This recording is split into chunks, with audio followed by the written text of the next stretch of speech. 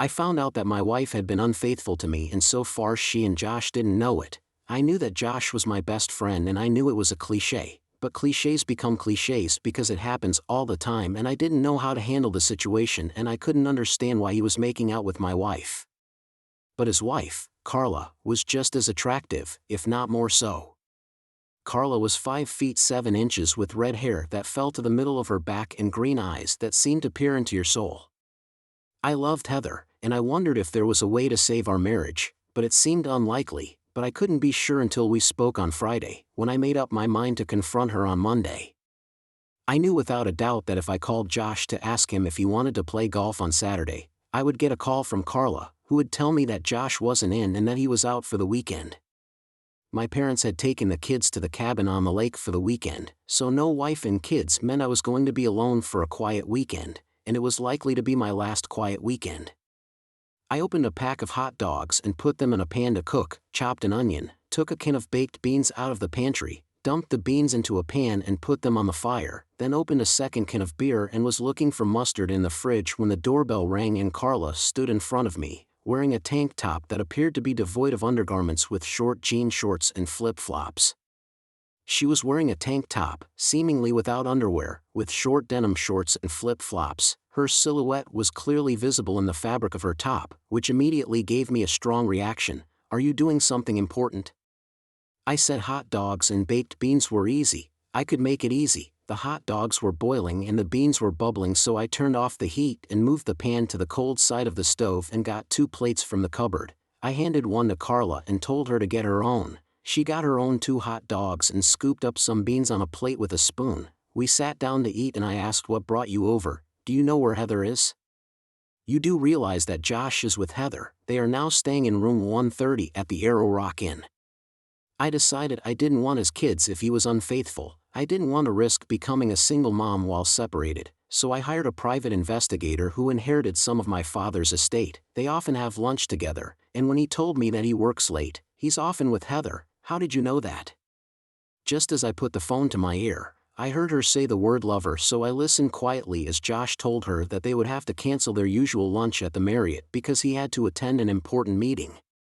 This afternoon I decided to confront her face to face when she got home and see what would happen. "What are you going to do?" "Hopefully I'll be done in a few minutes." I gave her what looked to her like a confused look and said, "Do what?" She put her arms around me and her hands slid under my shorts and down to the edge of my panties. I shifted my position to make myself a little more comfortable. Her hand went under my panties as well. I looked at her in surprise, and she leaned over and our lips met.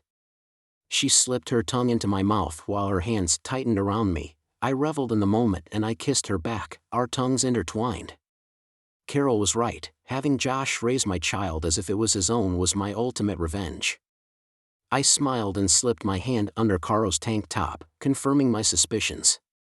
She let out a moan as I stroked her. Her lips met mine eagerly. My other hand ventured under her shorts, revealing another layer of her clothing. I stroked her gently. She let out a low moan. "Oh yes." I continued to break the kiss. I said, "Go over to Heather's side of the bed. I want you to go over to Heather's side of the bed." She got off of my lap, saying, "Let's go." When we reached the bedroom, we both quickly undressed. I had already noticed that Heather was attractive, but I couldn't understand why Josh would want to make out with my wife when he had someone like Carla. Carla seemed to be pondering the same thing as she gazed at my naked body with a puzzled expression, and when I inquired as to her thoughts, she said, "I just don't get it. You're even more of a puzzled one than Josh." Heather laughed and gestured toward her side of the bed, suggesting that we spend time together on my side of the bed first, and then we could go to my place and continue making love on Josh's side. I kissed her smooth skin until Carla cried out, "That's enough, make love to me," before I stopped kissing and pressed up, our bodies joining intimately. As Carla reached her peak, I couldn't restrain myself any longer. I climaxed, releasing into her. We were both sweating and gasping for breath. As I withdrew, I collapsed onto the bed next to her. Carla propped herself up on her elbows and gazed down at me. I couldn't believe it. I just couldn't believe it, that Heather could have it all, that she wanted me for her husband. Her hand reached for me and began to caress me gently, and I felt a twitch as Carla whispered, "Good boy." It's a good thing because we're not done yet, lover. She moves down and starts to caress me with her mouth. Her actions quickly revive my once dormant arousal. She pauses and changes position, playfully announcing it's my turn to ride. She starts to move rhythmically on top of me as we rest. She says, "You're not going to let me go home tonight, are you, silly girl?" I say this as I pull her down beside me. We fell asleep with our arms around each other. In the morning I woke up earlier than Carla, and as I lay there looking at her I couldn't help but think that my behavior with Josh's wife didn't make me much better than Heather. But the bottom line for me is that I was unfaithful in my marriage and I can't claim the moral high ground. And when I confronted Heather, she really didn't know what I had done, but I know I didn't notice that Carla was awake until she said, "You look deep and thought, what are you thinking?" And I told her, and she said that I made the same promises that you did when I married Josh, so I guess that makes me unfaithful as well, but I don't see it that way. Josh and I made the same vows, and then he broke them to me, which means we entered into a contract, and if we're dealing in the law, if I remember correctly from my business law class, Josh broke the contract, and the contract can be voided. You need to look at your marriage the same way. You're not being unfaithful, you're just doing what she broke her contract with you. You're free to stop talking about it, take me out, feed me, and then we'll go to my house and rejoin Josh in bed.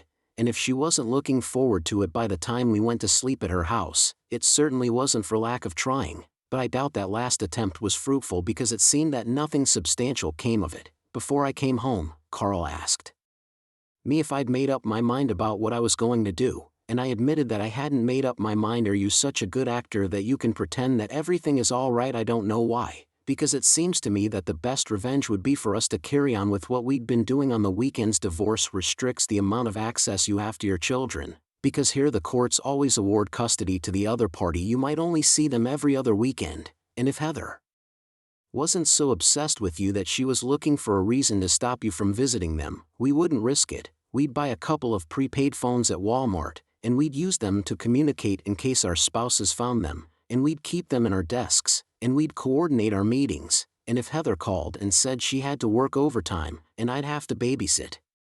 If they work late at lunchtime, we can't babysit because I rarely get to take a long lunch, and you can work late sometimes, can't you? I play poker every Wednesday night with some of my college sisters, and sometimes I have a drink with my coworkers after work. Josh is used to that, and we can put a wire on the phone line so we can find out what they're discussing. Does that interest you? What could be sweeter than having the husband of the woman he cheated with father his child? I understand your desire for revenge and your difficulty in accepting someone else raising my child, but I'm not sure I want to pretend to be a loving husband with an unfaithful wife. You have a motive, honey. I do. In the last 48 hours, you've seemed to enjoy what I've been offering so much, and I know that they want a son. Would you be willing to keep trying? I'm willing, as long as we don't get caught. We need to make sure that doesn't happen. Oh, one last thing, can you act natural around Josh? 30 told me they hadn't eaten yet, so I took them to Mickey's, and I wasn't surprised when they asked for a Happy Meal. I replied in the same pointed tone, and she glared at me and then went to greet the kids. I decided to pick up one or two on my way home from work the next day so I could tap not only my phone line, but Josh's as well. She may have showered earlier, but maybe she hadn't. I wasn't interested in making out after someone else. In the past I might have accepted it unknowingly, but not this time. When Heather offered, I claimed to have an upset stomach and suggested waiting until the next day, Monday, at 3:20. My secretary notified me that Mrs. Carla Mavis would like to see me. I instructed Shelley to have Carla come in. Carla came in and closed the door behind her and approached me and greeted me. "Too bad you have a secretary right outside your door. If she's not there, I'll lock the door and we can share an intimate moment at your desk, if you can kill 10 minutes. She was home at 3:30. She opened her purse and pulled out a cell phone and handed it to me, telling me she had already entered her number into the phone. The plan for tomorrow was that I would go to the Marriott Hotel at lunchtime and book a. I chose the Marriott because it required going through a corridor from the inside to get into the room, avoiding any outside doors that might give away our entry.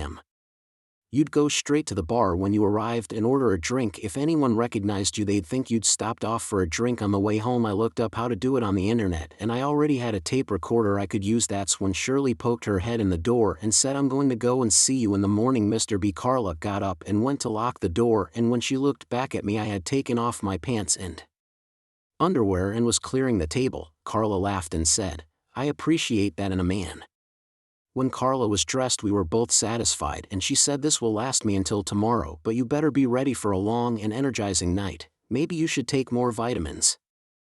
I was somewhat mischievously amused by this, as Carla's marks were still there and might be dry by then, but Heather often starts more intimate behavior and she might notice a different taste. On the way home, I stopped at Radio Shack and bought 2 tape recorders and 6 extra tapes. I bought a second tape recorder so I could listen to the tapes in my office. I would save any tape that had the lovers on it, and I would tell the judge why I wanted a divorce. Heather had dinner ready when I got home, and she had brought out the red wine, a good sign that she was in a romantic mood, and I wondered if she was developing an insatiable desire to be with her lover on the weekend, and then wanting more when she got home, or was she just enjoying the company of her unsuspecting husband after being with her lover? If Carla was telling the truth and not just flattering me when she mentioned my size compared to Josh's, I was curious as to what Heather thought I was lacking, and maybe one day I would find out. I wanted to say, "Then why are you with Josh?" but I kept my mouth shut, and while Heather read to the kids, I walked down to the basement and found the entrance to the phone line into the house and put a bug on the phone. I could be wrong, but Heather has a cell phone and it's possible they could have contacted her on her work phone while she was at work. I'm betting that my EES dropped calls indicate that they had conversations while they were in the house. Heather said, "Have you ever considered us having another child?" No. I said I hadn't considered Josh's child in particular. "In fact, I've been thinking about having a retinectomy so you can get off the pill and we can be safe. Why wouldn't you want another child? Right now we need your income from your job, and if you leave your job because you're pregnant, we're going to be very strapped for cash." I was thinking some very unpleasant thoughts. Heather had talked to Carla, and I was sure that Heather knew that Carla and Josh had decided to have a baby. Was Heather trying to have Josh's first child before Carla? I had to end my relationship with Heather as soon as possible, and then I had a very, very bad idea. Mike and Anna were even my people, and I had to figure it out. "I can't even guess what you're going to do." Carla said she'd have to deal with Josh right now before he got her pregnant, and of course she's probably already pregnant and is getting ready to tell you, and I know what I'm going to do, but I'm not a man and I'm not you. What would you do? I would simply tell her that I don't want any more children, so to be safe I would start using protection until I can get a ligation. This would probably blow her mind, and if I got a ligation, our revenge plans would go out the window. "And don't agree until you're sure I'm pregnant," and I'd stop on the way home and buy the protectors, and I'd be ready to use them that night when Heather and I made out, and that's what it would be. And I'd decide to use them until I got a retinectomy, and I'd stay on birth control pills and use spermicides until I could get a diaphragm installed, and that way, we'd be very safe. I thought as I put the diaphragm on Heather. Heather was inexperienced when we got married. I had never used protection with her. When did she realize she didn't like the way it felt? "I'm still going to do the test," I said after I applied it. "Unless you already have spermicide, I'm going to use the raincoat I bought today." "I don't have it, but I'll get it tomorrow and make an appointment with the doctor for the diaphragm. I want to keep that option open in case you change your mind." I insisted on protecting myself by putting myself on the bed and engaging in intimate behavior with her. She experienced pleasure quickly, after which I deliberately guided her to another peak, then picked up the pace to my own orgasm, keeping her close until I relaxed, then withdrew the protection and returned to find Heather asleep on her side. I guess this is as good a time as any to go down to the basement and check the tape recorder and make a couple of junk calls. "Hello, good morning, Sway misses me." "Of course she does. And we're still having lunch together today." "Yes. But I think our luncheon is coming to an end unless we can find a place where it won't cost as much to have lunch. Unless we can find a place that isn't too expensive. Those motels are draining my family budget, and I can't go on like this. Sooner or later my budget won't be enough to feed my family, and I certainly don't want Barb to ask why, and I'll figure it out. Wednesday night is her card night." "Have you figured out a way to go out yet?" "No, not yet, but I'm thinking about it. I'll keep my fingers crossed. I'm going to need you more than I need my 45-minute lunch break, I think." To know how Carla would react when she heard her husband refer to her in derogatory terms. As I climbed the basement steps, the only thing I knew for sure was that Heather couldn't leave the house Wednesday night. When she answered the phone, I said, "Good morning, asshole. Who the hell are you? You've forgotten the voice of your children's father, and who else has this number?" "Bob, why are you calling me by an obnoxious name?" "Listen," I said as I turned the recorder to the phone and pressed play. After the woman's night of cards was played, I said, "Look, I have it on good authority that you're being unfaithful and that a husband knows about his wife about these things, and when the time is right I will get rid of this despicable man." I played her the rest of the tape as she obviously hadn't listened to it yet. I played her the rest of the tape as she obviously had not checked the tape recorder she had left on the house line. She listened to it and asked me what I was going to do. Hopefully she'll be able to arrange a babysitter on short notice. And did you hear Heather say she'd pay for the room where they'd meet? Josh has always been stingy. That doesn't surprise me. At breakfast on Wednesday, Heather asked me if I had plans for the evening. I said no. She asked me why. I said she wanted to know. The girls at work had been talking about stopping off for a few drinks after work and socializing after work, and I can't do that unless you're here to babysit, which shouldn't be a problem. At about 4:40 I informed her that I was going to have to work overtime, as there's a problem with Henderson's contract, and it has to be dealt with before Nathan's meeting with them in the morning. I'm sorry for the short notice, but I really can't get out of it and I might actually be late, so don't wait up for me. Love you, bye bye. I'm exhausted after spending some time in room 333, and by the time I get home Heather's asleep and I don't think I'm going to get the energy to make out with her for the next 5 weeks. If she's even awake and in the mood, wouldn't have had the energy to make out with her. Carla and I were able to get together on average twice a week, and it helped that we knew ahead of time each time on the phone. On the 5th week Carla said, "Congratulations Dad. Have a hug with the baby's mother." How did Josh feel about that? He didn't know yet. I needed to tell the baby's father before I could tell Josh. You know what I said. The one thing that we hadn't done and they but did was to go away for a weekend together, and I think we should celebrate your pregnancy. We just need to go away for a weekend together without the two of them knowing the answer to that, and if you can come up with a way to go away for the weekend we can go somewhere and no one has to think about it, and I think I can do that. And I got out of bed and picked up my cell phone and called my brother. I told him to call home after I left for work in the morning and to tell Heather that I had a family emergency over the weekend and needed to come home. I told him I would call him later and let him know what was going on. I turned to Carla and said all that was left was to decide where we were going to go the next morning. Heather called me on my cell phone about 5 minutes after I left the house. "You need to call Bill as soon as you can. There is a family emergency and he needs to talk to you." I explained the situation to him and he assured me that I could count on him whenever I needed help. I trusted him because he despised unfaithful people. He was a single father who ended up raising his children alone because his wife was unfaithful to him after she died in a car accident. I called Carla and told her my arrangements, and then we made arrangements for the weekend. I called Arrowhead Lodge and even made a reservation for room 130, but I thought it would only be appropriate at 2 o'clock. I don't want to sound so selfish, but I hope you're not my other half, and I need all the parts of you I can get to make sure we grow old together. And damn it Heather, you're saying this to make me think that you might actually love me. And I hung up the phone while I thought about it and said goodbye. When I got home Heather was waiting for me in what she described as a tantalizing outfit. She was shirtless and only wearing heels.